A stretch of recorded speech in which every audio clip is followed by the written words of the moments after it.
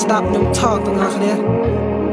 ជីវិតខ្ញុំជាអ្នកដឹកមកហោខោអាវខ្ញុំពេលនោះស្អុយដឹកកតោធ្វើការច្រើនពេកភ្លេចចង់មកញោក្បាលបែកញើហូរមកឡើងសើមជោគមួយថ្ងៃជី100គីឡូក៏មិនលឺថ្ងៃញ៉ាំខ្ញុំហូរជោគលីអូពេលឡើងក្រិនដៃទំមមានសំឡេងហោខ្ញុំប្រឹងប្រកុំរៃឆ្នៃឈ្មោះព្រួត្រកូ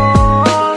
ខ្ញុំជាដូចជាត្រកូលដែលគេចាប់យកទៅស្រស់គេហៀទឹកមកសស្រាក់នៅពេលបានលីពាក្យខ្ញុំស្ដោះពីខ្ញុំទូដូចស្វាយត្រាំឲ្យអ្នកស្រីទឹកភ្លេស្រស់ពីខ្ញុំដូចបណ្ដាសាឲ្យអ្នកភ័យដេកមុខស្លោះ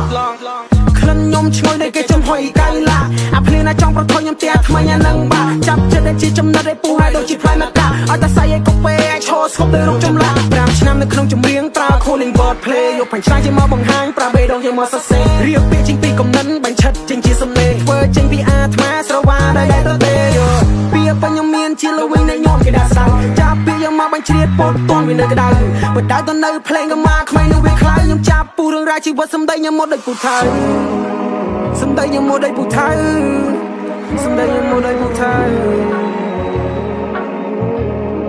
ជីវិតខ្ញុំជាអ្នកដឹកមកហោ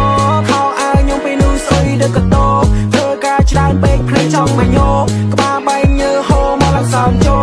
គមួយថ្ងៃជី100គីឡូក៏មិនលឺថ្ងៃញ៉ាំខ្ញុំហូរជោគលីអូពេលឡើងក្រិនដៃទំមមានសំឡេងហោខ្ញុំប្រឹងប្រកុំរៃឆ្នៃឈ្មោះព្រួត្រកូ